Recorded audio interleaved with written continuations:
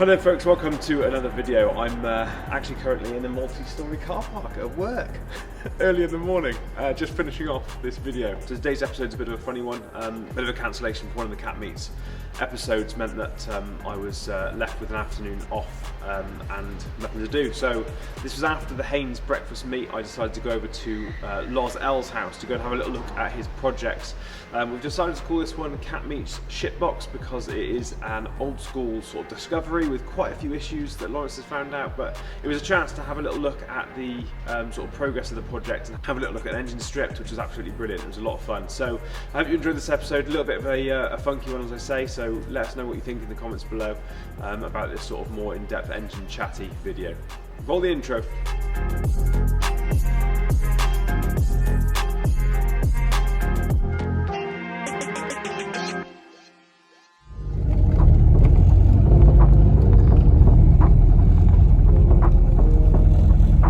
Hi guys, this is another episode of Cat Meets, a little bit of a funky one, last minute sub in by Loz L, so it's a bit of a collaboration video as well, having a little look at his projects, but this is Cat meets the shitbox.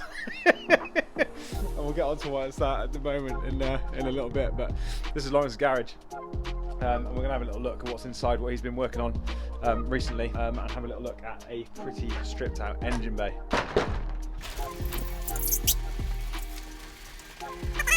Loz L. And his Land Rovers, in fact. A couple of Land Rovers sat in here. We've spoken about this Land Rover before, but we haven't really had a little look over it, so maybe we'll have a little chinwag about sort of the progress of what's going on with that Land Rover. But today, I've coined it right now as the shitbox. It's the least reliable vehicle in the world at the moment. Because there's a few things need doing to it, which is why I thought it'd be actually quite an interesting video to look at, because I haven't really done much of this sort of engine strip down and stuff on Cat because I've lost all my pictures and stuff on it, but actually we're fairly bare in the engine bay, so we've got a nice little V8 to have a little look at and have a little chat with Loz about. So a short video, Cat Meets Shitbox. Let's get going. Alrighty then, this is a Land Rover Series 3. Yes. So this is a pre-Defender. Yes. Isn't it? This is the last of the leaf spring Land Rovers. Yeah. Okay. The Defender was the Defender was the biggest change really in Land Rovers. You know, they all look the same pretty much, don't they? Yeah. There's a few minor tweaks here and there, you know, different engines and all that stuff. But the biggest change is the suspension. So this was the last of the leaf springs, and the Defender was well, the 90. It was county, and it was the 90 before. And Yeah. It was the Defender county. I think it was like 90 county and the Defender after that, and blah blah blah. Whatever. They've all got coil springs. It's all the same underneath. Oh, I see. Right up until the day they finished making them. Yeah. Really, with only minor changes. So, yeah. They're very similar designs on the outside, from like right down back to the Series 1. Yeah. No, the one was slightly different. It was flat-sided.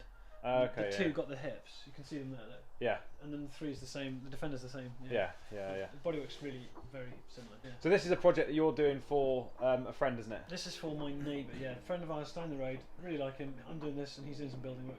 Yeah. It's working out very well. So far, he only wanted the chassis patching up a little bit. Yeah.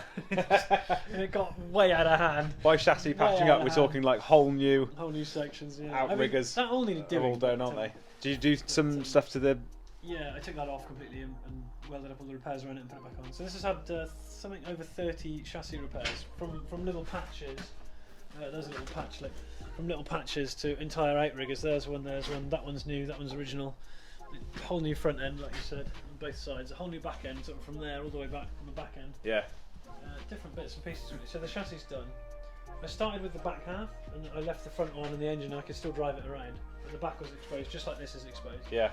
Finished that. Did the back axle, new springs and dampers with parabolic springs. They're nice. They articulate a bit more, and people describe them as like. It was driving over a brick before, now it's like driving over a hump, you know, a smooth hump or something. That's how they describe it. They're better, they're still terrible, but they're better. So it's new springs and dampers. I rebuilt the axle completely, the brakes, you know, everything's all done. Yeah. And I've just done the same to the front. So the front half of the chassis from here, I think, I've redone this, and you know, the entire front axle, that was £500 in bits, just the front axle. That's crazy. It's got all these steering joints, these are 150 quid a pop, and these were both rotten, so whole new swivel joints and things like that. Yeah. Brakes again, and like a heavy duty steering bar and such. I mean, it looks brand new, doesn't it? Yeah, it looks everything looks good, brand new. It? Yeah. I'm very pleased with how it's come out. New seals and like a new drive flanger. Everything that needs doing is being done. So it's got way out of hand. This has. It's costing way more than either of us ever thought.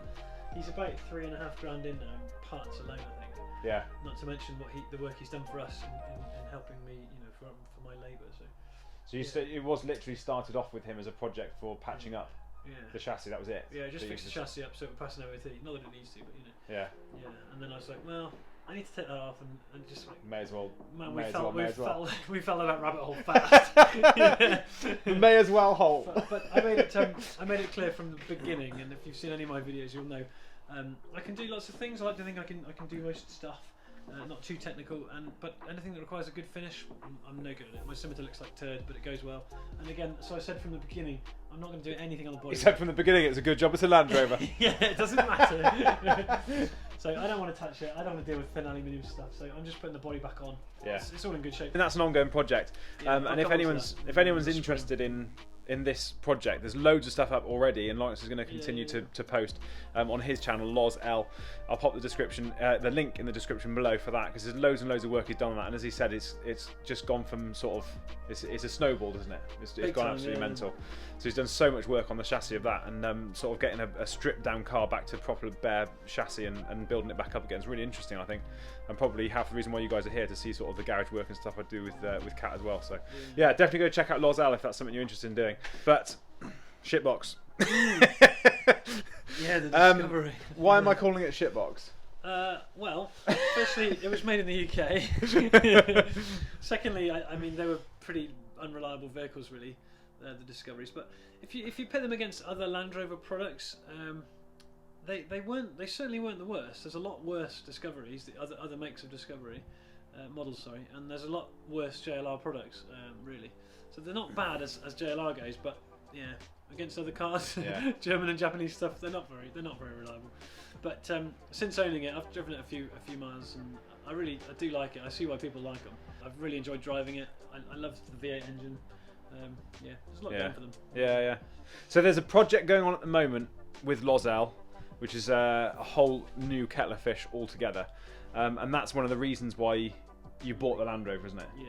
This can take 3.5 tons. I think it's 3.3. This one. Yeah. 3.3 on a trailer. Yeah, legally it can pull 3.3 tons, which is a lot for considering we paid £1,300 for it. You can't really touch that. It was only the towing capacity that got you into this, and then you found that, especially getting the V8s, they were fairly pricey. So you found this one at a good price. Yes. And it was on the road driving. Yeah, but there was a problem which you thought was. Yeah, I thought it was an issue. Yeah.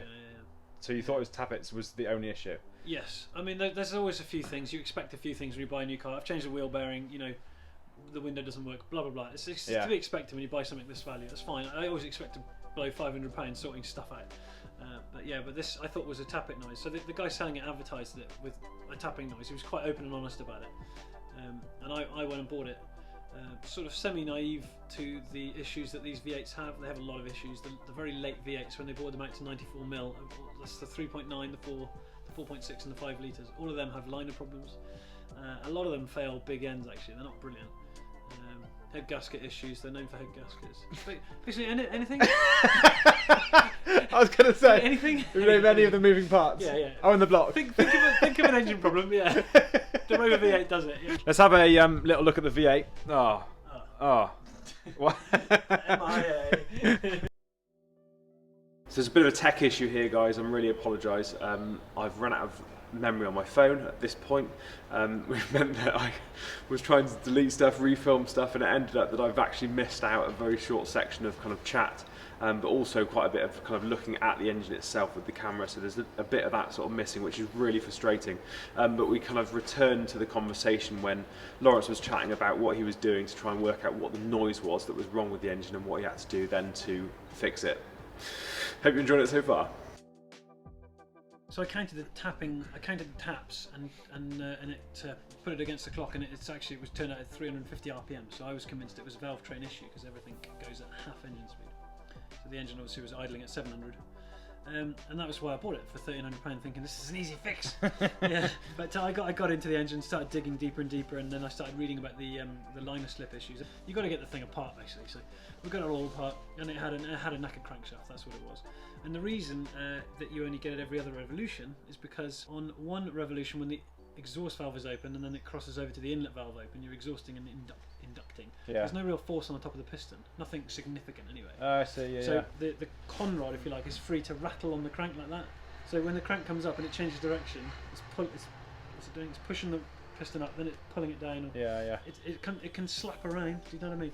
But on compression and expansion, when you spark it, there's a constant, very strong force on the top of the piston, even before you set light to it, because you compressed it 9 times. Yeah. So the conrod is forced against the crankshaft as it rotates, so there's no rattle. So one rotation is no rattle, then another one is the other rattle. One is free to slap around. So that's why you get it every other. And this is pretty common actually. If you Google or YouTube a big end rattle, you hear it's quite slow. It's da da da da da da da da instead of.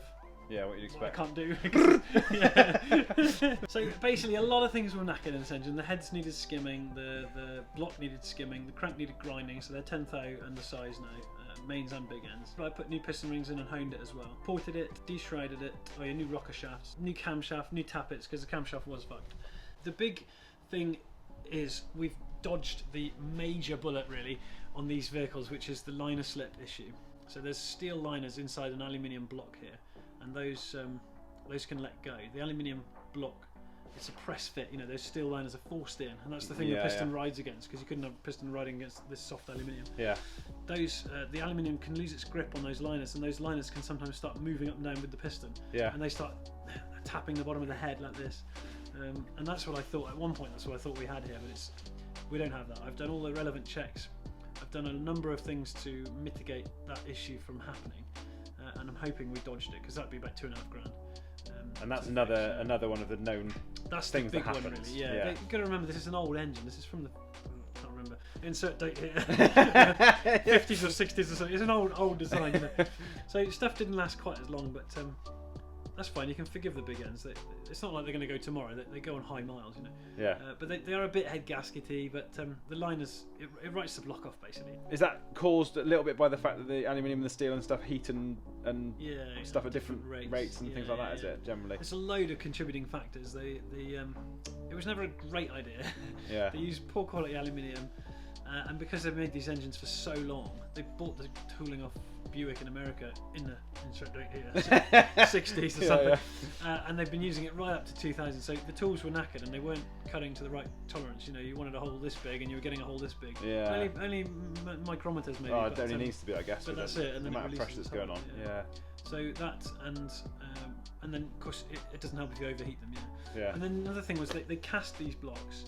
So you get the rough cast shape, and then you do machining processes to it to get an accurate position. So they cast a hole here, and then they'd send a machine through to accurately make it before they insert the liner. Right? Yeah. But the cast hole is here, and then they send the machine through here. So it takes a lot of material off one side. You know what I mean? Yeah, I see what you're saying. The machining wasn't aligned with the casting. So if you measure it with an ultrasonic thickness measure, a lot of these blocks you'll find the aluminium's thicker on one side than the other, like to the tune of 3 mil on one side and 1.5 or 1.7 on the other. Worst, you know? And Land Rover knew about it as well. They knew about it, so they had someone in the 2000s. They had someone checking every single block, and they color coded them: red, another color, green maybe, and blue. And the blues were the worst. The Range Rovers, because they were the more prestigious vehicle, they got the reds and the yellows, and the blues, which was I think down to 1.7 mil.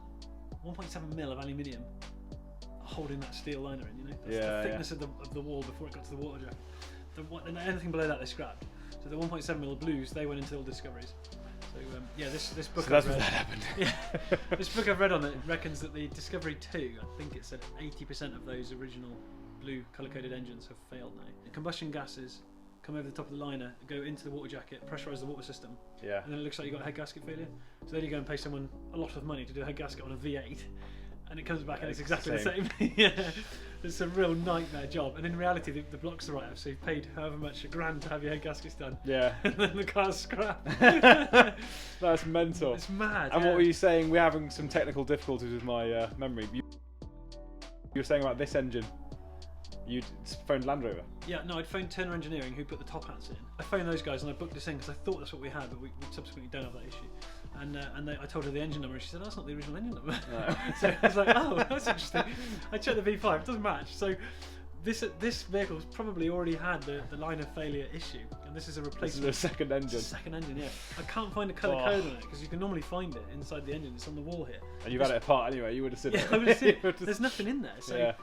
I think I might have seen some red paint, but I don't know. I'm not sure. So this was a replacement service engine. Maybe they fixed it. Maybe they made it better or something, or maybe they only used the good engines. Or I don't know what. But and the other thing I've done is I'm going to put a much lower thermostat temperature in. Yeah. And also I'm rerouting the coolant flow in a different way. They put some crazy thing in it to get the engine running hotter and hotter to meet emissions. Yeah. I've been that plumbing, and I'm going to put a different plumbing in, so it runs like any other car, like your Capri. It's got engine thermostat. Hopefully a bit better. Hopefully a bit better. It's got engine thermostat, radiator, and just one loop, and that's how it should work. You know. So some of the cool stuff though is I've ported the heads. There's been so much skimmed off the block and the heads that it's got a compression ratio of 10.8 or something. It's wild compression. Yeah. It's ridiculous. But now it's going to be like. But of course, compression is the issue. With compression is detonation. Uncontrolled explosion of fuel. Yeah. And you can get around that by putting high octane fuel in, which is a bit pricey obviously, but this has got LPG in it. Yeah. Which has a much higher octane than high octane fuel. Oh, nice. So this is almost a bit of an LPG specific engine now because of that high compression. But of course the beauty of high compression is you get a load more power. Yeah. And you get a load more efficiencies, but better MPG and better torque. You know, I mean, old diesels were like 30-1. Modern ones are much lower because they're turbocharged. Yeah. And you get an effective compression ratio. Blah blah blah. Stop talking. Stop talking. So I'm just going to say. The reward for doing all this work and spending all this money is we're going to hopefully have a decent hike in performance because we've got a much higher compression ratio. I've ported the heads. Yeah. And the third thing is the camshaft was so fucked. Am I allowed to swear? The camshaft was so knackered. I was looking for a tappet problem, which really didn't exist. But in doing so, I found the camshaft was. I'll show you. It's like a slight, gentle rise in metal. It's almost non-existent. So if you compare, especially that one there, to the new camshaft, we've actually gained 1.5 millimeters of lift. Wow, so that's an average of 1 millimeter across the camshaft. It's over 1 millimeter average on all the lobes. That one's nearly 2 millimeters. Yeah. And then because there's a 1.6 rocker ratio, the valve moves more than the camshaft. We've gained over 2 mil of lift. No, it's just shy of 2 mil of lift. Average across the across the 16 valves. Yeah. So that should translate to. It should do. Performance. It's not going to bend your face or anything, but it should just feel. At least noticeably a bit quicker, which would be a nice reward for having done all this work. Yeah, definitely, yeah. We bought this just to tow that heavy weight, but now we feel like perhaps we can put our faith in it. I can actually put a family in there and not worry too much about it shitting out on us. Yeah. So we could now sell another car, which is a great financial benefit, obviously. So the Passat, I'll get 35 miles per gallon bimbling around town, and this will do 20. Yeah. You know, if I go more than a few miles, I can just about get 20 out of it. Yeah, so on gas, that's a lot cheaper. Yeah. It's crazy. It's actually less CO2, which is wild. It's four-wheel drive, right? 2.5 ton, four-wheel drive, automatic, V8. It's ridiculous that it should do so well. That is mad. So in fact, this thing is an eco beast. It's an eco V8. Yeah. We're going to send one over to Greta. It's going to save the Earth. You were saying very briefly in a short break there that you absolutely love this engine. I both love and hate it. Yeah. Love and hate it. It's a very light V8. There are lighter V8s, but it's a nice light V8. And it's got that very old American low torque feel. It's a 2-valve engine, push rods. You know, it's very old fashioned, but it makes peak torque at don't quote me. I think it's 2,600 revs. I was comparing it the other day to a Lexus V8, which is also a 4-litre, same as this. Yeah. In the Lexus LS 400. It's a lovely engine, 4-valve engine. It makes peak torque at like 3.9 or something. That's, right, that's a little bit different. Character, it's actually the same Mach torque, but it's like within 10 foot-pounds. It's the same. Yeah. But that's a huge difference in character. This is a lazy. Almost diesel. It's very close to diesel torque curve. You know, maxing out a little over 5,000 revs, depending on variant, or whatever. Yeah. And making that lovely noise. It's a wonderful thing, really. Yeah. And it's nice and light. For it in a Land Rover. Yeah. It's the low torque really suits. Yeah, the automatic and the towing. Yeah. You need those 2 valves. You need that inefficient, old-fashioned engine. You know. So I lovingly hate it. You know. Yeah. It's a cool thing, and I'm hoping I can put my faith in it now. Yeah, fingers crossed, man. Fingers crossed. What do you think's next? How long are you gonna? Well, I've just finished this. This because the head and the decks have been skimmed. Everything's closer, so the distance between the tappet and the rocker has changed now. Yeah. Can you see? I've had to put shims underneath the rocker's post. Do you see that? Black line. Yeah. And if you look around here, you can see an even thinner one on top. If you can see it. Yeah. There's the big thick black one and there's a real thin one. That's an old paint tin I cut up the other night. Really? Yeah. These distances are quite critical. Yeah. I bought a shim kit. Anyway, that was the last and this grinding this gasket were the last sort of bits of fettling I had to do. So now it's just an assembly job really. Yeah. So these will go on last really, but just place it there. So the next thing is to put this cover on, this gasket on, and then the inlet manifold, which is here, look, and it's covered in swarf at the moment. You can see I need to clean it all down. It's got little bits of metal all over it. Oh yeah. That'll be put on, and that is it. That's how the engine will go in. Okay. So I'll put the remaining bit of the manifold, which bolts on here, on top when it's in the car. And then the thing I'm a little bit concerned about is, as you can see here, this tappet here, look, that is on full lift. Can you see compared to the other ones? Yeah. That valve is being opened. Yeah. But if you look at the rocker, there's next to bugger all movement going on. Yeah. Because these, I can demonstrate with this one. Look, the tappets have not got oil in them because they're brand new. Can you see? Yeah, I see. That should be locked. Yeah. So these need to be filled with oil from oil pressure. So this engine, if you look along that line, you can see that this valve is hardly open at all. Yeah. It's open, but it ain't going to run very well. Yeah. So I think as a precaution and as a measure to make the engine last longer, I'm going to keep all the spark plugs out, and when it's in the car, I'll run it with oil on the starter motor. Yeah. And hopefully I can get those hydraulic tappets to fill a bit more, so it'll run a bit better when it first starts up. Yeah, I see. Yeah. After that, it's then a case of sticking it all back together. So I'll need to see, at least up here, to see oil coming out. Yeah. To see these rockers begin to move more and more as the oil fills up. Yeah. Then I'll put it back together. And, I see. and then, I bet there's quite a lot of stuff with the LPG as well, isn't there? Because it's dual fuel. So much garbage, It's not. It's running. It can run on both, can't it? Yeah, it can run on both. So it's all. It starts on petrol and switches over fairly quickly, actually. So those are LPG injector plugs. Yeah. And there's another set somewhere up there, maybe. And then there's the injector plugs. That's them there, and another set of them somewhere here, maybe. Yeah. There's a lot of wiring, yeah. And then there's running it in, which will be a very exciting and slightly stressful day, probably. He says, by all means, get it running up to temperature in the garage, but really you want to minimise that, and it needs to be loaded up. So everything in the engine should benefit from being over 2,500 revs, really. So there's just lots of oil splashing around. Yeah. He's directed me to not a particularly high quality, but high in zinc content oil, so that things bed in nicely. Yeah. And then I'll switch to the other oil because the zinc content doesn't like the catalytic converters. So have you got to run it on that for like? Yeah, I'll do a couple of hours. I think that's all. Is that all? Oh, right. That's what Tom reckoned. Yeah. And if it's all good, I'll do a few miles. We'll go and pick up the heavy object with you and my other brother, hopefully. And then if I'm happy, If with one the of us hasn't vehicle, got COVID. yeah, or if we didn't break down.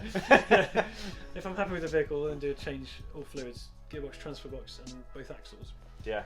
And just do some preventative maintenance. I got a new radiator to go in, new air conditioning radiator, so we might even have aircon in there as well. Nice. Yeah. And hopefully just look after it.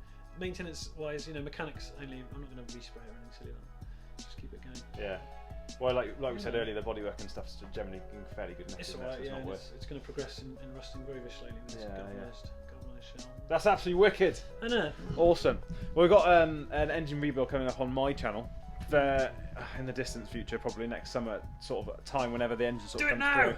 Do it now! Do it! Do it now! In the Pinto! But if you fancy seeing more engine stripped down stuff, make sure to go over and check out Loz L. I will leave the link in the description below. But he has been doing this engine, which is all on his YouTube channel. He's been doing this Land Rover, which is all on his YouTube channel. There's loads of stuff about his scimitar. There's a couple of random jobs that you've done on the Passat and on my parents' tractor and all sorts of stuff. Yeah. So there's loads and loads of, what do you call it? Bodgeneering. There's loads of stuff on his channel. All of this sort of in-depth sort of work. As I said on many videos, Loz L is my confidant and stuff when it comes to all my problems. I always give him a call first before the Haynes manual. Which is why his car still doesn't work. So a massive shout out to Lawrence, to Loz L. Make sure to go check him out. Thanks a lot for having us along. Thanks for and having a little blast over your engine. A little bit more sort of in-depth mechanic-y stuff than we're used to on this channel. Let me know if you like it in the comments below. That'd be absolutely wicked. So that is Cat Meets Shipbox. It's been an absolute pleasure to spend a bit more time with Loz L, have a little look over his projects. He does so much stuff, garage tinkering, bits and pieces with quite a few different cars. Make sure to go and check out his channel. I'll leave the link in the description below. So there's the Discovery, there's the Series 3, he's got the Reliant Scimitar, he's done a bit of work on his Passat and his Fabia that he's driving around in as well. So loads and loads of stuff to go and have a look at on his channel. Thanks so much for watching this one, guys. It's been a pleasure to have you along again. Got a few bits and pieces coming up. So there's a Christmas special coming out Christmas Eve, which I'm filming actually this afternoon, hopefully, with my two brothers, getting together with those, which should be absolutely loads of fun. Loads of garage time coming up as well, and a few Cat Meets videos penciled in for the new year. So keep tuned, make sure to hit the subscribe button if you haven't already done so. Stay up to date with all the latest uploads, and I hope to see you on a future episode. Thanks a lot, guys. Drive safe.